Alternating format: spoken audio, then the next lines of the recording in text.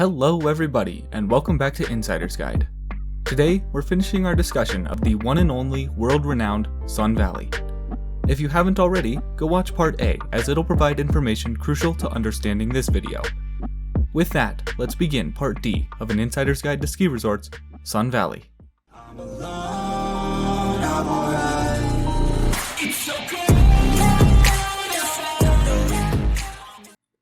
We will begin by discussing the most forgotten lift and terrain in Sun Valley, Frenchman's.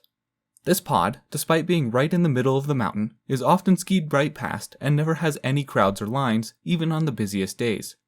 Frenchman's is a relatively short lift at a mountain that is lacking in short laps. The main three runs in Frenchman's are Lower College, which we discussed last episode, Graduate, and Flying Squirrel. Graduate, while groomed, is very steep for a blue.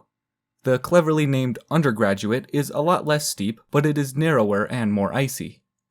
As a whole, though, Graduate is a really nice run. Can is a really nice blue mogul run that isn't too terribly steep. This is another great run for first learning to do moguls, especially since you can bail out halfway onto the cat track.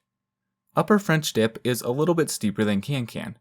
Lower French Dip and Ajou require a bit of a hike across the ridge to access.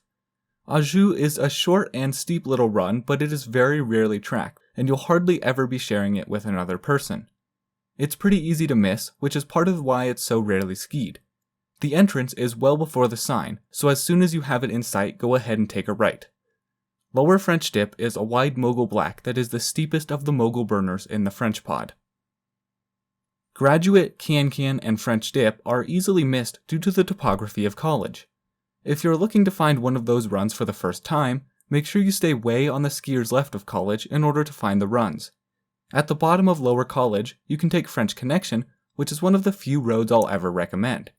It's a super quiet green with some really cool views down into the town of Ketchum. Lily Marlane is a road that traverses the whole pod. It is really helpful because it allows you to do the upper part of the Frenchman's runs and still get back to the river run side if you don't want to go all the way down into the Frenchman's pod. There is actually another road that isn't labeled on the map here that runs from Graduate to Flying Squirrel. As such, it is possible to ski Graduate even if you intend to end up at either the River Run or Warm Springs bases. Over on the Flying Squirrel side, Jan's Pass is sometimes groomed. If you're coming down Flying Squirrel and you want to stick to groomers when Jan's isn't groomed, you can take Flying Squirrel all the way down to Lily Marlane and then use that to cut across to Undergraduate. Flying Squirrel itself is a really nice wide groomer that isn't too terribly steep. One of my favorite aspects of the French pod is that it offers some really good low-level tree skiing. The trees in Frenchman's are a great warm-up before you go hit harder trees on the Warm Springs or Main Face sides. The easiest trees are those between Can and Graduate, as the trees are very well thinned in that area. Just below Lily Marlane here is a big gully that also offers some fun tree skiing. The trees between Jance and Graduate and between Can and French Dip are both a bit harder. On the skier's left of Flying Squirrel is a sequence of 4 roads. These roads are how you get back to Warm Springs if you are a beginner. Machine Road, while black, is certainly not that difficult. Because it is relatively narrow and a bit steeper than the other 3, I would still advise you to be at least an intermediate before you take it. Pete's and Kenny's are nice because they're less busy than Maiden Lane. Maiden Lane is, however, the least flat of the 3 greens. Although it wouldn't appear to be so, it isn't possible to access the very top of Peekaboo's Street from the top of Frenchman's. Peekaboo's comes off of College much higher than the end of Frenchman's, so to get to Peekaboo's from said lift, you will have to take Pete's Lane, which means you can't access the run in full. You'll still be able to access the vast majority of the run, however. Peekaboo's is a very long mogul run, although the lower blue part is groomed on the skier's left side. Upper and middle Peekaboo's have a lot of side hill, so it's not my favorite mogul run in Sun Valley. Arnold's is a short little mogul black that typically has better developed moguls and less side hill than Peekaboo's. In addition to these, the Challenger lift line here is actually a really good mogul black as well. Limelight is my favorite run in all of Sun Valley. It is a long, wide, steep groomer that never gets too busy. You access it from College, not directly from the summit like the map shows, but it's not too hard to find as it is really well signed. My first run of the day is always Limelight, and I would highly recommend trying to get first tracks on the corduroy. Warm Springs, a similar groomer, is much more busy and a little bit more narrow. I always take Limelight when possible. Despite the Warm Springs pod being known for being in the sun for a majority of the day, due to the homonymous run sitting down in a bit of a canyon, it is shrouded in shadow for most of the morning. I-80 is hard to get to from all of the lift summits, but it is really easy to access from Lookout Lane. As such, if you're coming down Lookout Lane, I would highly recommend taking I-80 instead of hiking all the way around the summit to get to College and Ridge. I-80, which isn't a green because it is a touch steep for a road, will take you all the way back to the top of Frenchman's.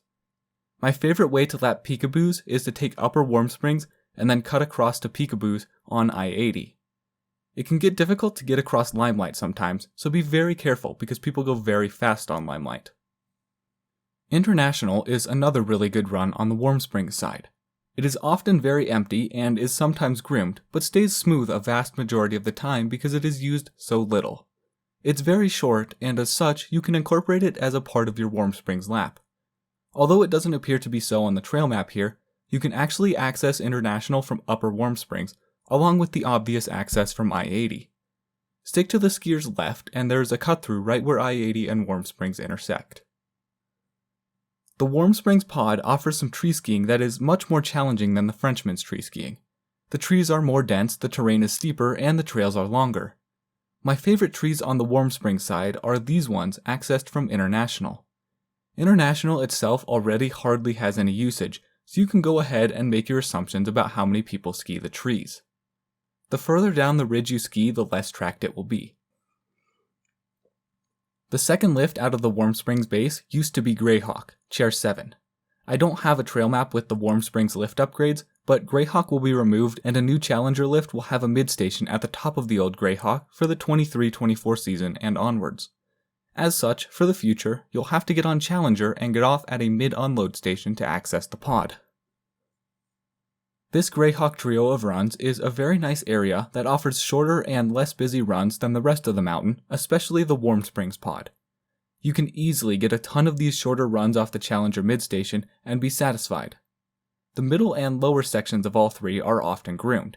The uppers, which are mostly ungroomed, can mostly be accessed from the Challenger midstation.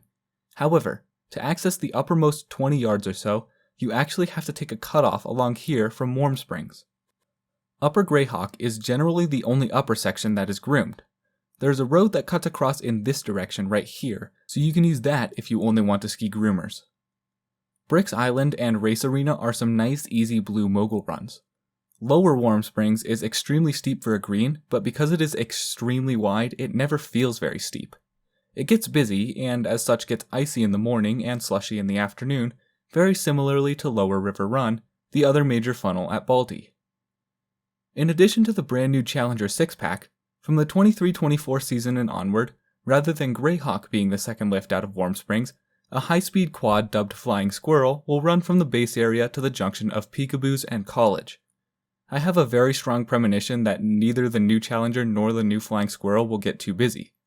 However, should Challenger get some lines, taking Flying Squirrel to chairs 3 or 5 will be a really good alternative to get to the summit. The new Flying Squirrel will also make it easier to lap Peekaboos and the Flying Squirrel run.